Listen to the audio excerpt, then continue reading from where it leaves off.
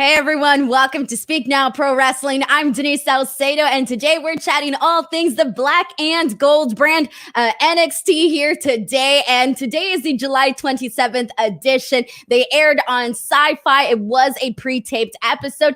Thankfully, I was able to completely avoid most of the spoilers for tonight. I know it's surprising, right? You would think that I would have all of the spoilers with me today, but I'm pretty good at avoiding most spoilers. Not all of them.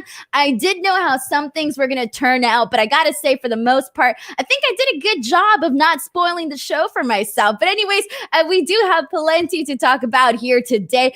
This was an overall pretty good show. I think part of me feared that because it was going to be on the SYFY channel today and next week, I was kind of afraid that they weren't really going to do a lot on the show. However, one of the biggest teases that we had been sort of waiting to see when they were going to pull the plug on actually occurred on tonight's show. So we will be talking about all of that and more. For those of you guys who are new to the show, I just want to welcome you all. I am on live here 3 times a week. I'm live talking about NXT on Tuesdays. Tomorrow, I will be here to talk about Fight for the Fallen, AEW Dynamite, and then Friday, I will be here to talk about Smackdown. So plenty to dive into here today. Also, I do want some feedback from all of you guys because for the visual people who are watching the video aspects of this, I kind of want to know if you like the lighting that I did today. I kind of switched things up and I have 2 lights on instead of 3. So I kind of want to see if you guys prefer that 3rd light on or if you guys prefer that 3rd light off. So FYI, for those video viewers, let me know how you guys feel about this lighting situation because I was trying something new here. Also, this show is a very interactive show. So make sure you guys send in your thoughts, your questions, your statements as we go through with this show. But I'm actually going to kick things off with our first super chat of the evening, and it actually comes from my creation, Adam Blamplate, who says, "Good show tonight. Seems as if NXT is turning Hit Row face, which is a very good choice in my opinion." I thought today's show was, again, pretty good, and there was a lot that I definitely enjoyed on this show. I don't even think there was anything here that I didn't like on this show here tonight, to be honest. I thought it was a simple show, enjoyable watch, and we'll talk about all of that as we get through everything. But thank you so much to Adam Blamplate for kicking us off here with the actual super chat here. Okay, I'm reading everybody's comments and everybody likes the 2 lights. All right, good. So everybody likes Sticker Red says he can't tell the difference between the lighting, but he wants to see more of that Macho Man Jeep. I know, guys, it's very complicated. I'm trying to find ways to where you guys can kind of see everything here on the video, but as you can tell, my microphone is blocking a majority of that. I got to rearrange. I got to test things out, and we'll see what happens. But everybody here is so far liking this lighting, so we'll move on to this. But guys, let's see what you guys are saying because a lot of people have a lot of thoughts on what happened here on today's show. Let's kick it off with this comment from Tom Zed, who says, "Ridge Holland's return and Dakota Kai shocking turns are the moments of the night." Hell yeah, they were. I love the Dakota turn on Raquel. I love that. I cannot wait to discuss that here today. We have a comment from Pomi Wrestling, who BTW Pomi Wrestling has been cracking me up on Twitter, BTW. But Pomi Wrestling says, "Overall, a solid show. Both opening and closing matches were pretty good, but only Dakota's heel turn felt like a major segment. Only truly bad segment was Frankie Monet eating the pin in that tag match." Yeah, if there was a segment that I probably liked the least, it was definitely that women's tag match, just because it really wasn't anything it wasn't anything OMG. I wasn't really like all that crazy about it. But even then, it was nothing to say like, oh, it was awful. By any means, none of that. We have a comment from a Brooklyn Tea Guide who says, "Grimes and LA Knight stuff was fun." That was very fun. And I think they found a very good way to utilize LA Knight and his personality and also utilize Cameron Grimes' personality and kind of gave us a really enjoyable, I think we had 3 segments of them in the golf course here today. So that was very enjoyable as well.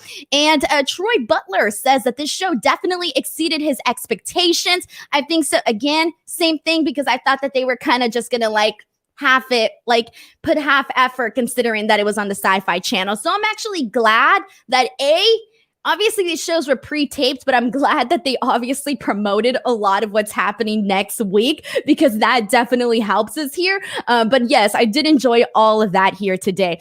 Let's see, guys, let's go ahead and jump into the show, and I will be reading your comments. Make sure to send them in as they pertain to the topic that we are discussing here today. But let's kick things off with the opening match that we had, which was Tommaso Ciampa, Timothy Thatcher, Pete Dunne, and Oni Lorcan. So this is one of the matches that when, I saw that it was announced, I was like, hell yeah, let's do it. Because if we know anything out of these four guys, is that it's going to be a heavy hitting match. And although it wasn't like my favorite match by any means, I actually very much enjoyed this match. And here's the thing, is that every single week I'm more and more like, dude, I love this pairing of Thatcher and Ciampa. Like, they are starting to find this like groove each and every single week that is really coming through to the viewers. Like, even though they're like these hard hitting guys that are such badasses, you don't want to mess with them on the street, they find a way to bring in this comedic element into their wrestling and into what they're doing on the actual show. Like, there's moments where they're laughing about the things that, they do. I really like the personality that they are essentially bringing as a duo to NXT. So I love this. But this is a comment from Tyler Wilson, which I do want to read, who says, I really want Ciampa back in that main event picture. See, here's the thing about that, is that Tommaso Ciampa is obviously somebody that a lot of people are big fans of. We all know what he can do when he is in that main event picture. And so selfishly, I want to say the exact same thing too. But when I spoke to Ciampa, that was one of the things that he talked about, that he feels like a lot of people kind of forgot that he is one of the best wrestlers in the world. And he also, he kind of feels like being a part of the NXT roster, he explained it as being a cog on a wheel. Like, every single person sort of gets like their own different timing. Like, you never know when you're going to be on the top. Sometimes you're in the bottom, that sort of thing. But I do think that even though I want to see Tommaso Ciampa be, in that main event picture, and as much as I prefer him in that main event picture, I am liking how they are sort of building something new with him and Thatcher. And Thatcher also needs this too. He definitely needs this pairing with Tommaso Ciampa as well.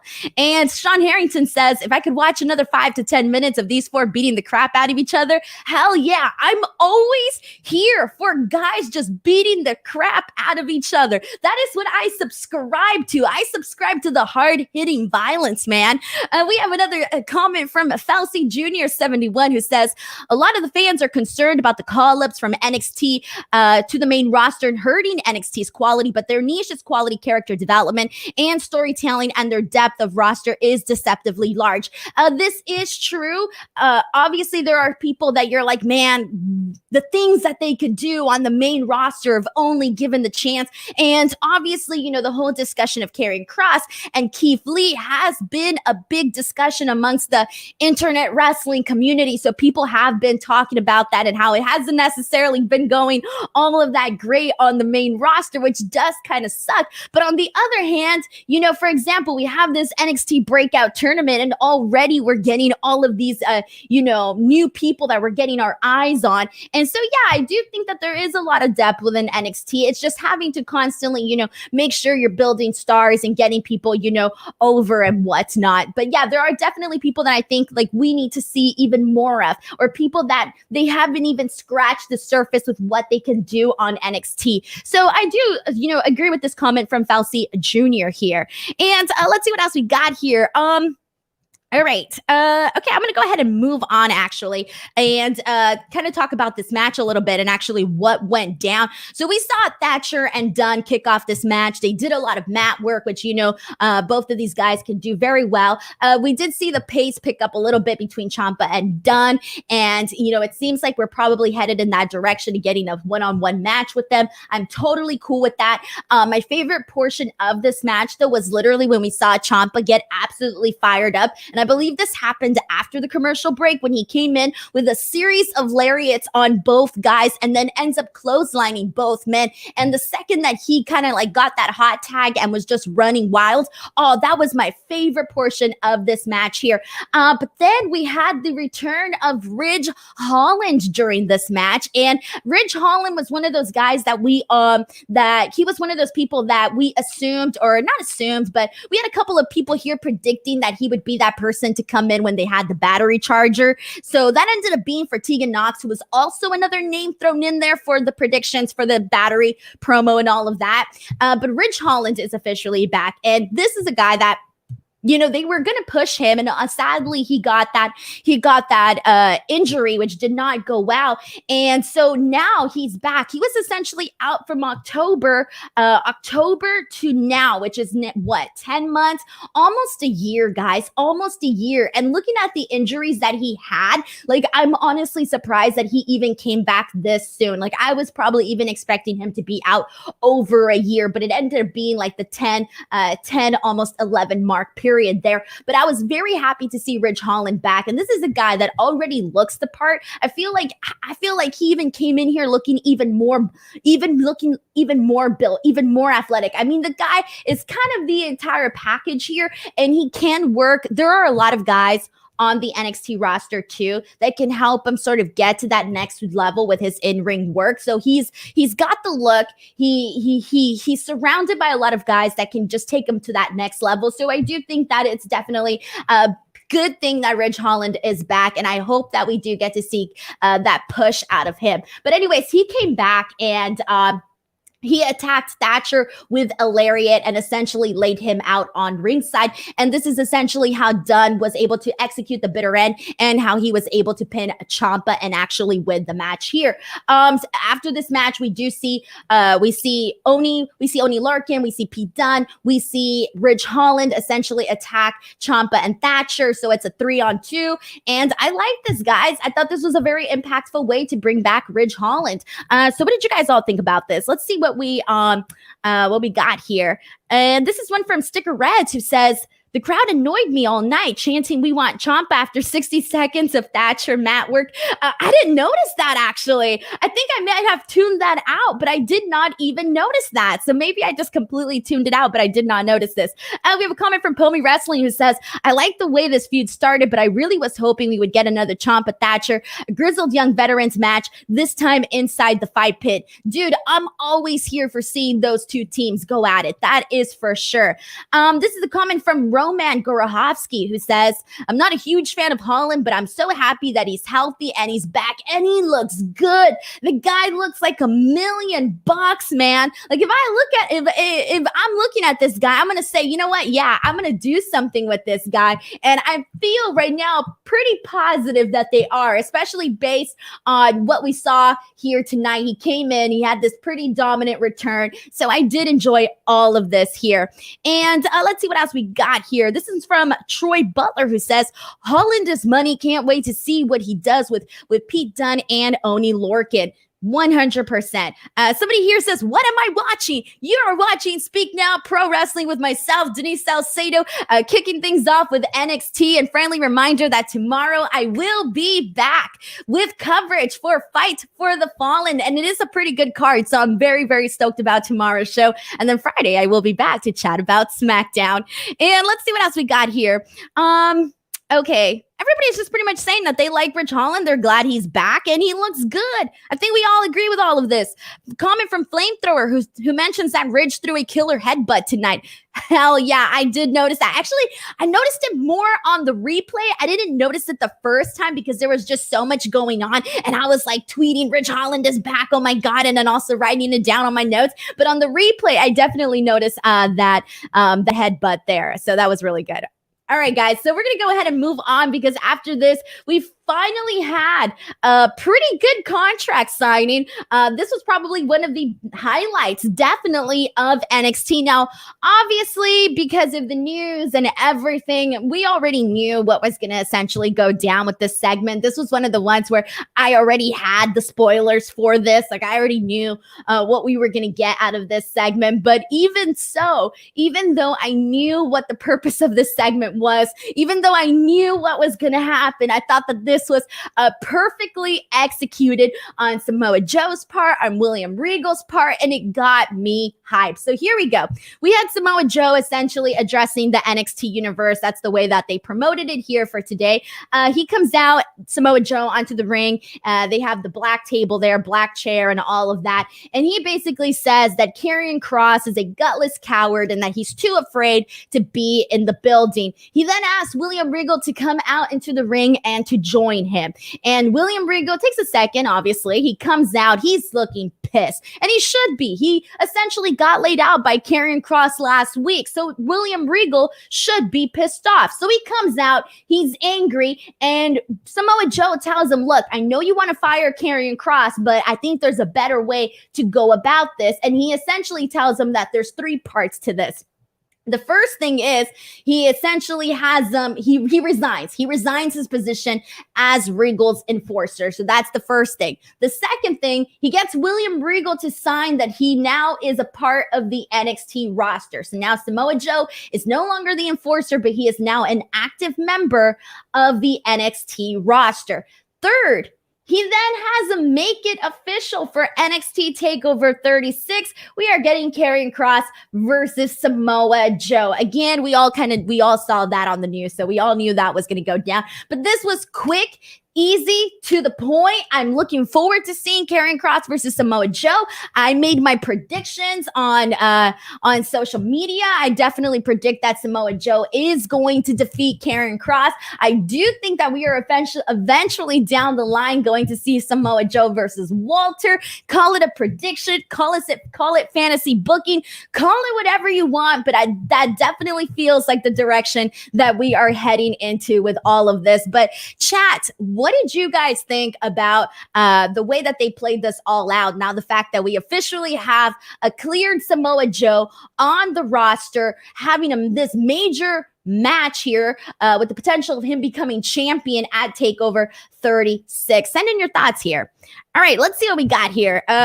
Justin Martin makes a funny joke saying Samoa Joe presents how to do big business in 3 easy steps. Make it a book, Business for Dummies. That's a book right there. Alex Aguilera says the aura of this feud died when Kross got pinned in less than 5 minutes on Raw.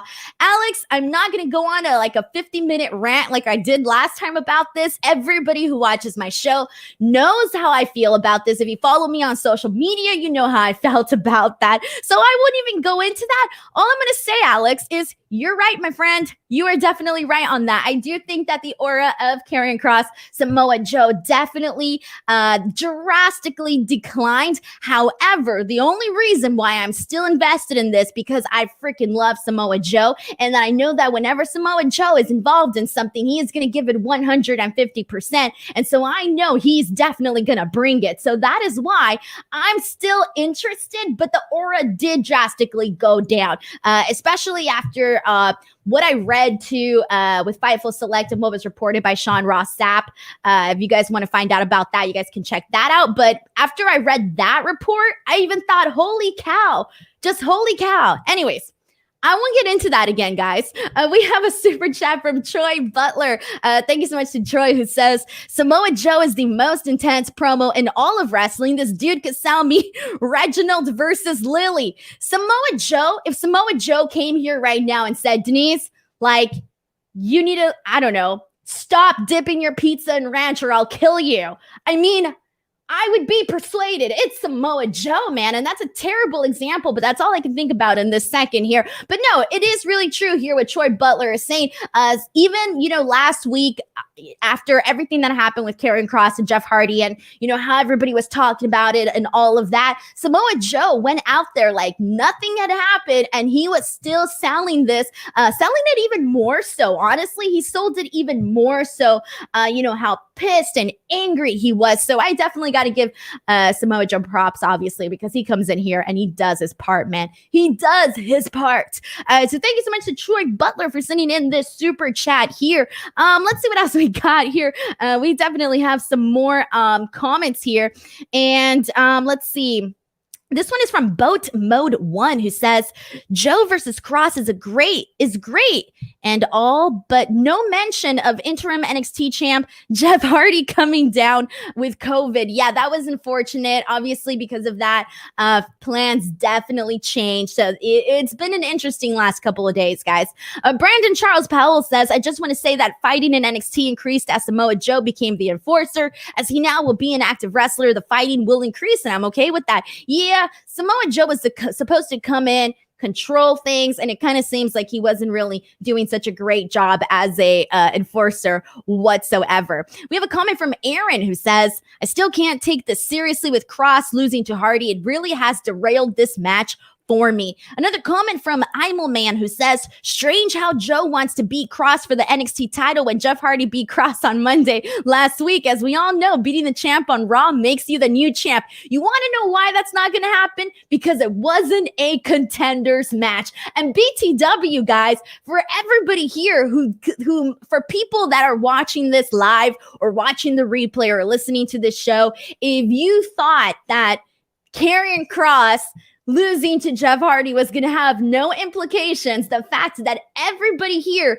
is bringing it up should cut 2 weeks later, or however much time, 2 weeks later since it happened, should tell you that the aura was definitely killed there for the NXT champion and everything that he was doing on the NXT side of things. So that is very unfortunate. But now I feel like anybody's opposing argument to this is completely shot and done here.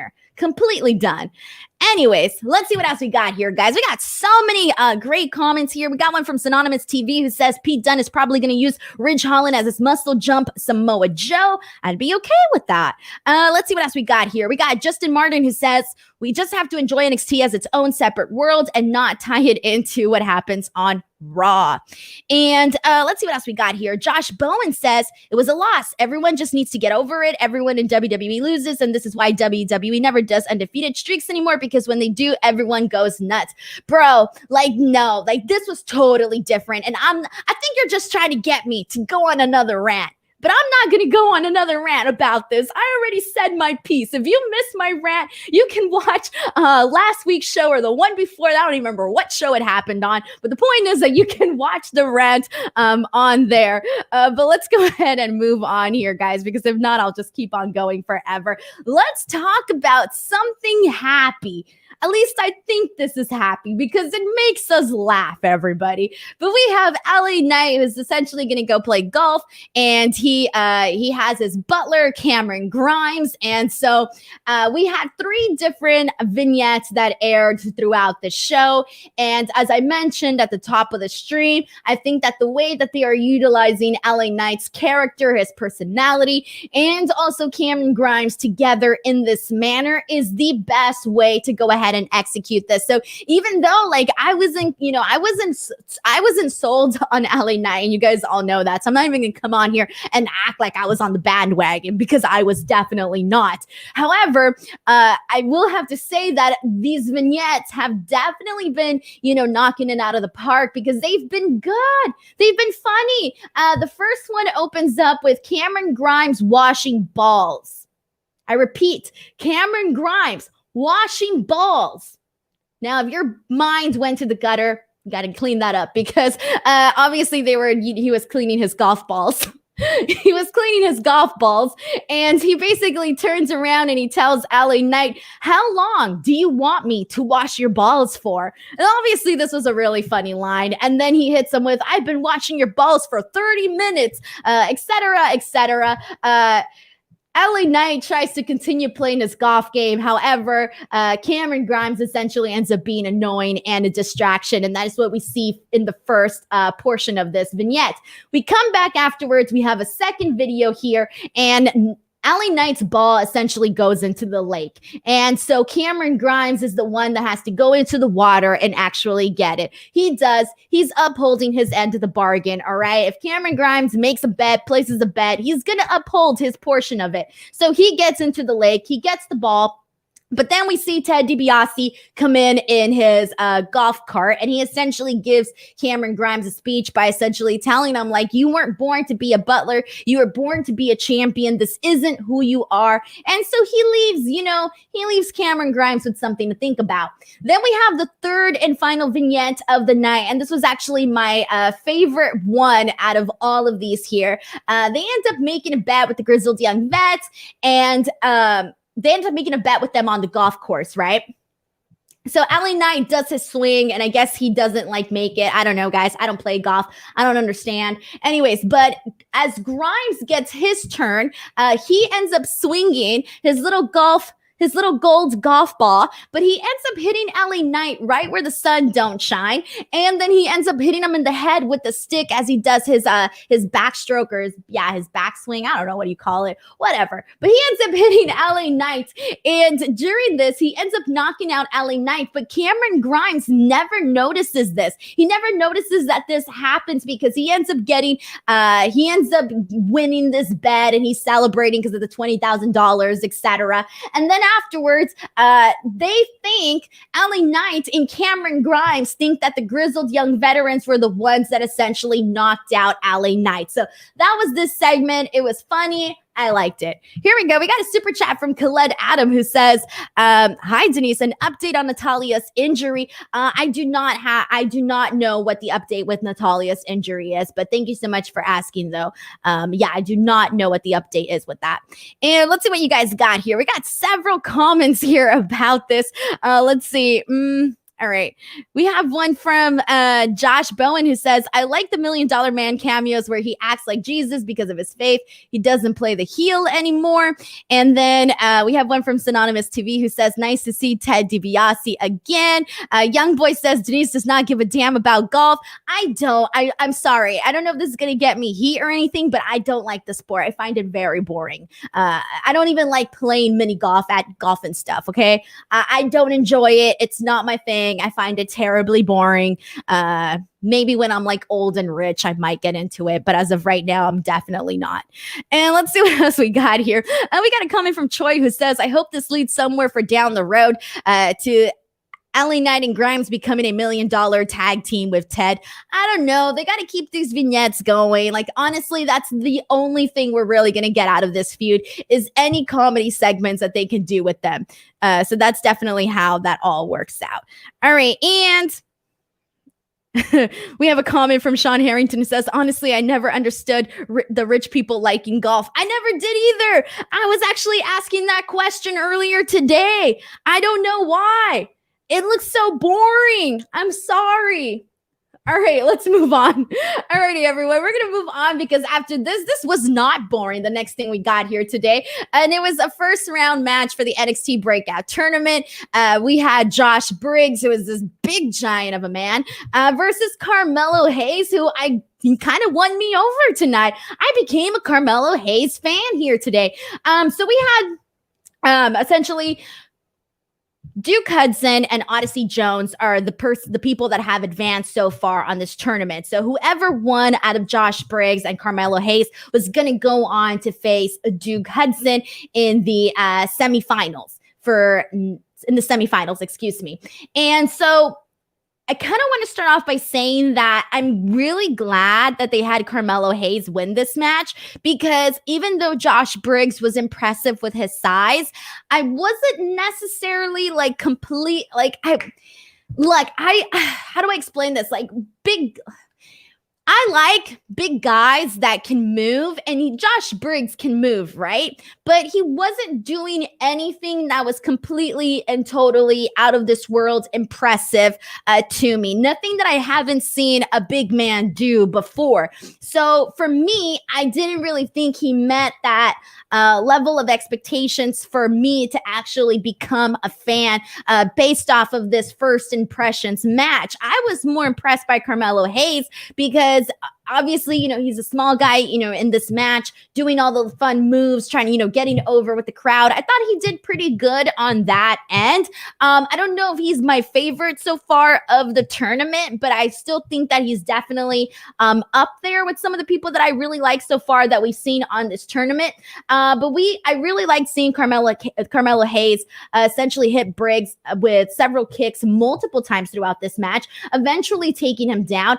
He did try to tie in a guillotine choke on Briggs, but he wasn't able to fully lock it in successfully, obviously playing to the size of Briggs. After this, we had Hayes hit him with multiple enziguris, and then he hit him with a springboard crossbody. That was cool. Hayes then gets him with a code breaker, but he ends up going for the count, but only gets a 2 count out of there. And then we see Briggs hit the big boot and a choke slam. So shocking, something I've never seen a big man do before. And I thought it was over from here. I did think they were going to have Josh Briggs win this match, but he doesn't win here. This ends up being a 2 count here. And then we have Hayes hit a leg drop from the top rope, and that is how he is able to get the victory here for this match. So I do think it was the right call to have Carmelo Hayes win this match. And now we're going to be seeing Carmelo Hayes versus Duke Hudson in the semifinals. And I should add that they also had Duke Hudson on commentary during this match. So I have a feeling that they definitely like what Duke Hudson has to bring to the table. However, if I had to choose between Duke Hudson and Carmelo Hayes for the semifinals, I think I'm definitely rooting for Carmelo Hayes on this one. So what do you guys think? Were you guys a fan of Josh Briggs? Were you guys a fan of Carmelo Hayes? Who do you think was the right person to win? Do you have any predictions for this Duke Hudson Carmelo Hayes match in the semifinals? Let's see what else we got here. We actually have an off-topic question from Alex Aguilera who says, Denise, sorry, off topic. What does your wrestling shirt say? It actually says wrestling is forever. It's one of my favorite shirts that I own. But thank you so much to Alex here. Let's see what else we got here. This one is from Jason Hunter, who says Carmelo Hayes looked legit, worked the crowd, and what if he joined Hit Row? I do think if he were to join Hit Row, I think he would add a lot more athleticism to the group. So I wouldn't necessarily be opposed to that whatsoever. Synonymous TV says, I knew Carmelo Hayes would win considering Duke Hudson is a heel and Hayes is a babyface. However, I'm banking on Odyssey Jones versus Duke Hudson in the final rounds of the tournament. I think I'm definitely rooting for Odyssey Jones. Man, I like the guy. I liked him instantly. Like, that's the thing about me. When I like somebody, I know it instantly. And I felt that way about Odyssey Jones. Like, immediately, I knew it. I was like, I like this guy. And he's proven to me why I like him so far.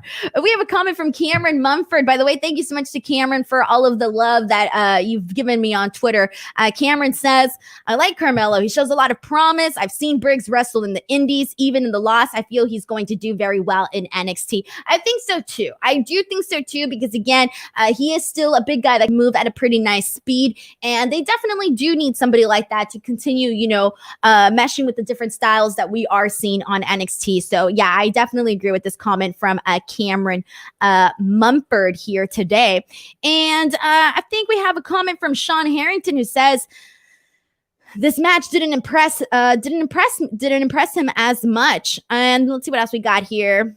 Josh Bowen says everyone likes Odyssey Jones. Even Jim Cornette likes Odyssey Jones. Does he really? I didn't know if he did or if he didn't. I don't know if that's a joke or if that's legitimate. I have no idea. And Troy Butler says that was probably the best choke slam he's ever seen. And Tyler Wilson says, at first I thought this may be boring, but Hayes impressed me a bit. I like when Hudson showed up after commercial on commentary. And all right, I think we got most of the comments here, but everybody here seems to be liking Carmelo Hayes here. All right, and let's go ahead and move on, everybody. But before we do, I just want to remind you guys all that if you haven't already, I did put up an interview with Bronson Reed. That is over on my other job with the Sportster. I have a nice little 13-minute interview with him. And then over on my YouTube channel, youtube.com/Denise Salcedo, you can check out the Q&A lightning round that I did with Bronson Reed. And it was very, very fun. I learned so much about him. And it was kind of cool to see what he had to say about those rumors of him possibly heading to the main roster. And even though we're not at the main event yet, I think based off what we saw here tonight, I feel like a lot of us are still kind of feeling like he may be headed to the main roster.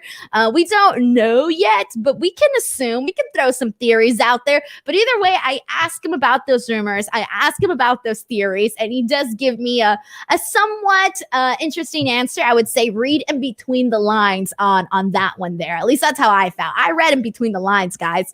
So we'll see what we go on from here. All right, let's go ahead and move on to the best segment, guys. The best segment of the night. I was a big fan of this.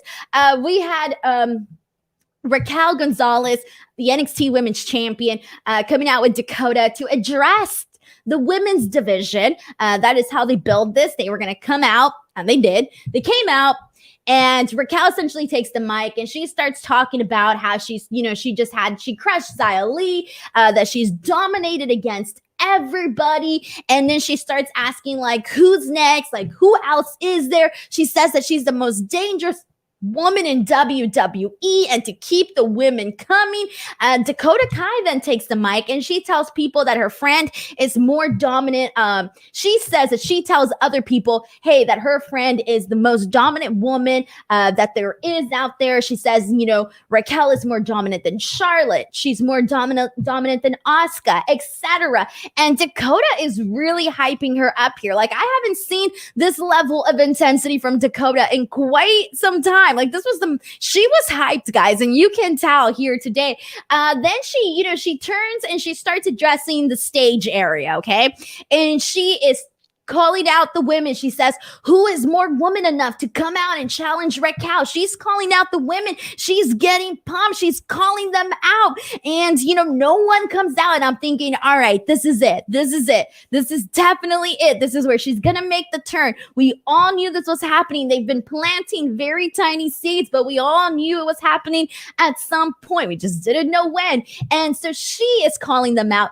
No one comes out. Then she says that as long as she has Raquel's back, that Raquel will remain champion. And then I'm thinking, okay, she's still setting it up here. I wasn't sure. I didn't know if they were teasing us or if she really was going to turn on Raquel at this point. So I kind of like the way that they really stretched this out, but in a way that wasn't boring, in a way that was kind of like, all right, I'm trying to figure out when exactly she's going to do it. So then they show Raquel, the music plays, right?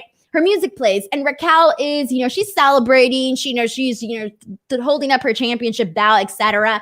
And then she comes down, and that's when I knew it. I knew it. The second they panned in that camera shot to Raquel, and they were no longer showing Dakota, I was like, okay, either Dakota's going to pop in. All of a sudden, she's going to have a chair or something. She's going to hit her with a mic.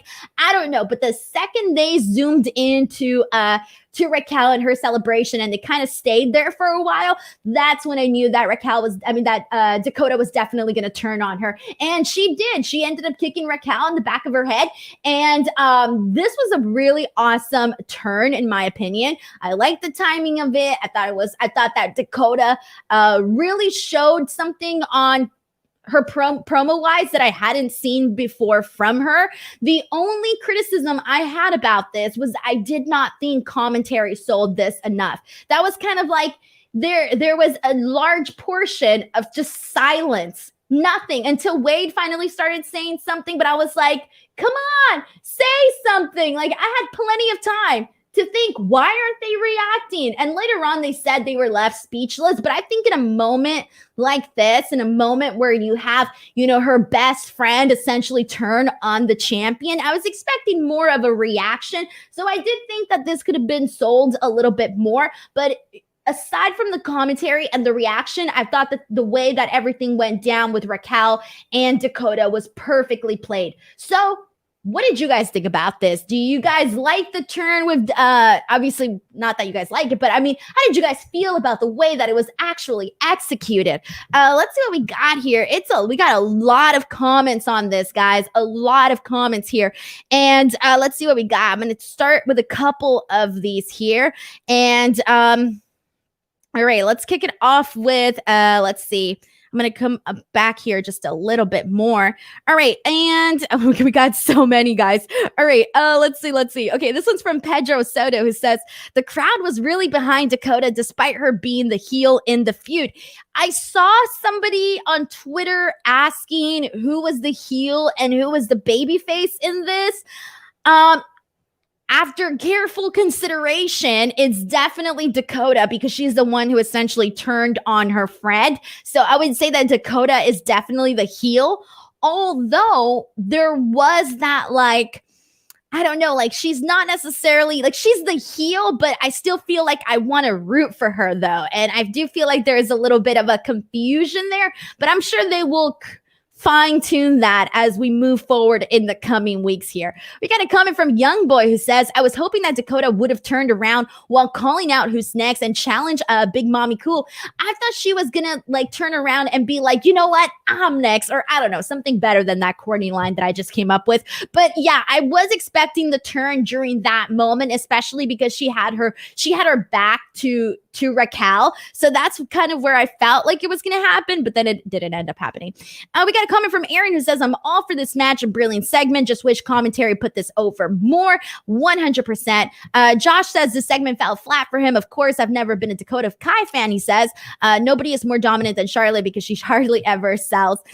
First of all, I'm a big Charlotte Flair fan, so I won't even go there, but honestly, Dakota Kai is that person that I feel has been growing on me each and every single week. And I've kind of been rooting for her now for the past couple of months. I've really been noticing a difference in her. Like, there was a while where I really felt that there was still something missing with Dakota, but now I think she's definitely become her own person. And we're starting to definitely see that coming across on the TV screen. And today, as I mentioned twice already before, I thought this promo was fantastic. I mean, she had the veins popping out. She had the intensity. She had the aggression. She fooled me enough to where I didn't know if she really was going to turn on her. You know, I was thinking, well, obviously this is the direction that they're going to be heading in, but I just didn't know they were going to pull the plug at that moment. So she did a good job at making me believe that she probably wasn't going to turn on her. So I got to give her credit for that. I really, really do here.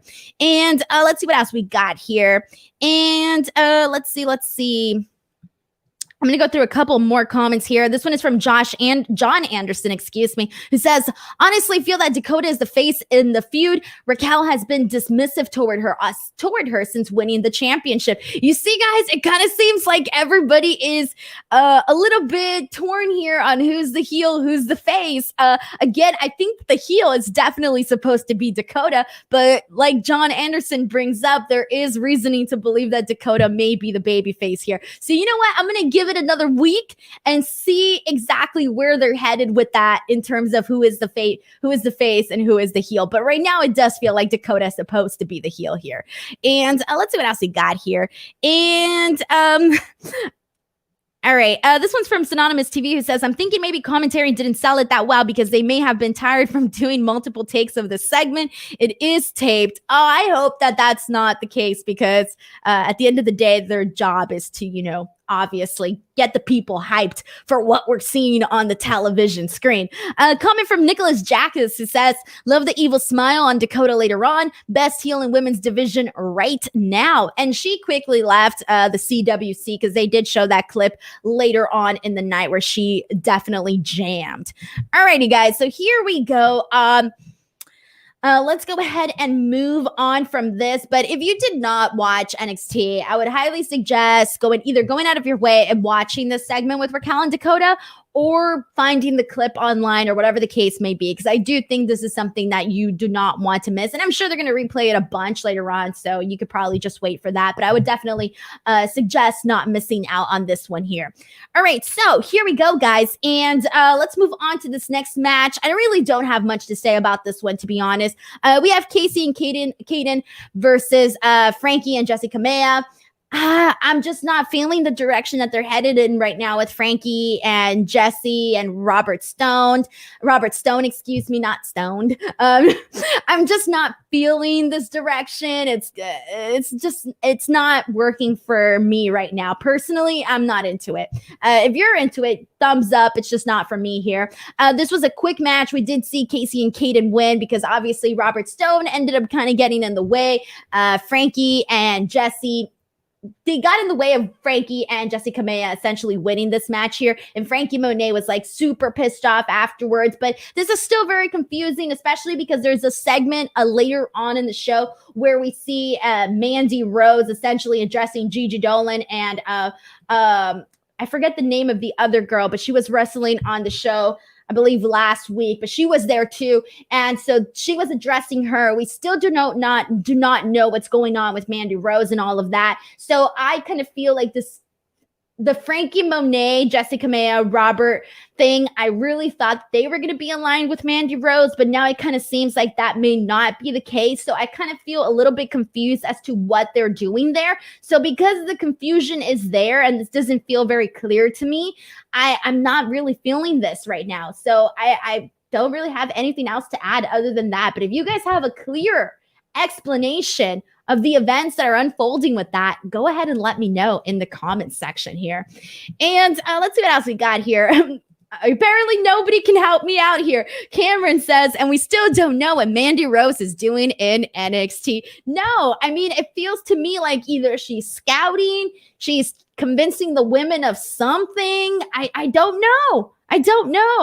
Brandon Charles Powell says, I knew Frankie going up with Jesse and Robert Stone would not be good. It's bad news. How do you pin Frankie? Why couldn't they just pin Jesse? I thought they were going to do something totally different with Frankie Monet. So this is all new territory that I didn't know this was the direction they were going to be heading in with her on that one there. We have a comment from Grande Hero who says, I love me some Casey and Kaden. They are so much fun to watch. They are. They really are. They've been an enjoyable team thus far. Like they would add so much to the tag team title picture over, on Raw and SmackDown. Like if I wanted to add, and they should be adding more teams, I would definitely bring in Casey and Kaden for that because they are fun. And I think that they would get over, especially in that women's tag team division. And they are going to do so, here on NXT as well. But I do think that they are somebody that the main roster would benefit from for sure here. And we have a comment from Aaron who says, I'm disappointed at the direction of Frankie Monet. I would have thought she would be doing something more worthwhile. Yeah, especially because of the way that she came in, obviously confronting the champion Raquel, but obviously Raquel is doing something totally different right now. All right, and here we go, guys. We're going to go ahead and move on from this here because after this, we are going to be getting Roderick Strong versus Bobby Fish next week. And friendly reminder that next week, NXT will be airing on the SYFY channel once again. So again, next week, they will be on the SYFY channel. And we all know that usually when, they change channels, it doesn't matter like what promotion, we usually see like a dip in those ratings. So chances are we are going to see that. But again, they are going to be on the SYFY next week. They also confirm that we are going to be seeing Ilya Dragunov versus Walter at TakeOver 36. So that is going to be another fun one. Obviously, we already knew that heading into the show, but they officially confirmed it on TV here. All right, really quickly, let's move on to the next match here. We had Imperium, Marcel Barthel, and Fabian Eichner versus Hit Row, Ashanti the Adonis, and Top Adala. And this was okay, guys. These are two teams that I'm just not really that big of a fan of, to be real with everybody here. But we essentially see Marcel and Ashanti the Adonis kick off this match. Then we see Ashanti the Adonis pretty much works this entire match for his team. They give Top Dollar, these nice little moments throughout the match. Top Dollar comes in, he hits Eichner with a high knee. They really sold that. Commentary really made sure to put that one over for sure.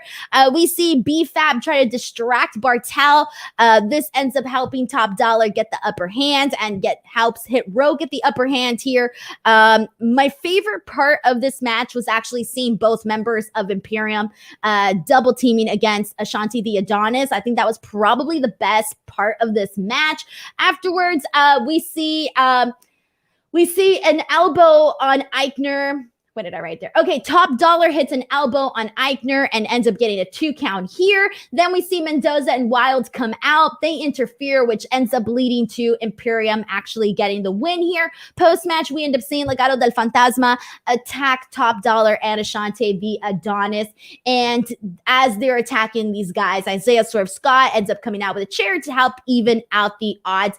And they did announce Hit Row versus Legado del Fantasma taking place next week. So I was a little bit surprised that they're already doing this match next week, but I'm thinking, all right, fine. But I was expecting it a little bit more down the road, but that is what we have here. What did you guys think about this? Are you guys feeling what they're doing with Hit Row so far? Send in your comments here.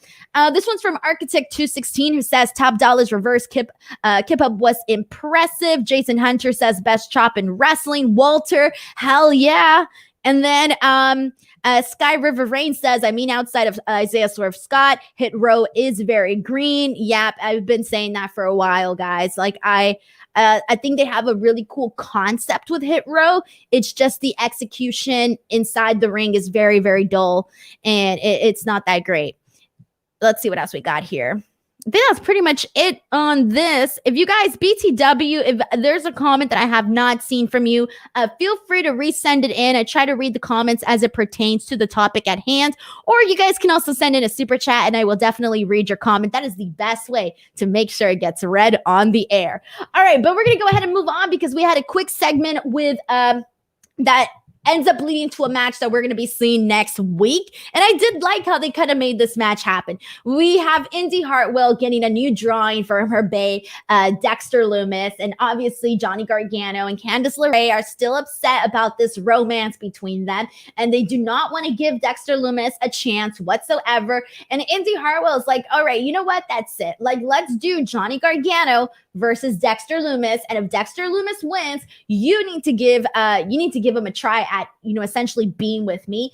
But if Johnny Gargano wins, she needs to let him go. She needs to let Dexter Loomis go. So that match is going to be taking place next week. I don't know where they're going to go with this. I feel like they need to have Dexter Loomis win this, because if he doesn't, it's like, what are they going to do next? And then this whole Index storyline was really just for nothing. And I feel like he definitely needs something, to give him some sort of story on the roster. So I do imagine that Dexter Loomis is winning this match. Also announced for next week, we are getting Joe Gacy versus Trey Baxter in the final first round match for the NXT Breakout tournament.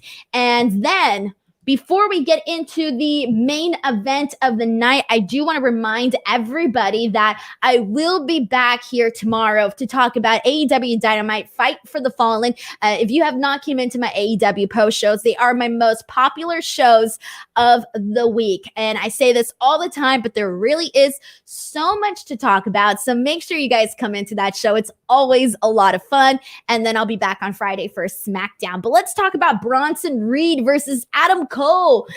So I read the spoilers for this match accidentally. I didn't want to read the spoilers for this match. I mentioned at the top of the stream that I was pretty good at avoiding spoilers. However, because I was preparing for my interview with Bronson Reed, and I was doing my little research, preparing my little questions and all of that, and I ended up reading the spoilers accidentally, and I was like, oh man.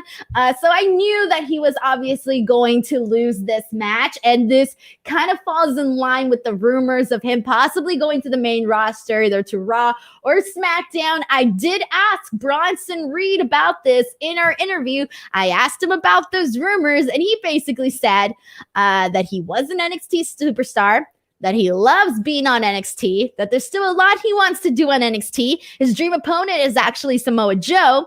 However, because he grew up such a big, WWE fan, he has dreams of having a SummerSlam moment, a Royal Rumble moment, a WrestleMania moment. And he said, and of being a WWE champion, of, becoming an Intercontinental champion. And he said, because he wants to do all of those things, he has to be either part of the Raw or SmackDown brand to do those things. So I kind of read in between the lines there, and I kind of feel like he told me, I feel like he kind of told me something without telling me directly, okay? And then I also asked him about the tweet that he posted on Twitter, basically saying that the bloodline needs somebody to hold that intercontinental strap. I asked him about that, and I said, do you want to join Roman Reigns and the Usos? Do you want to join them? And he said he wouldn't mind joining them. He feels that he can work with those guys. And then he says, but I also feel like I can fight them too.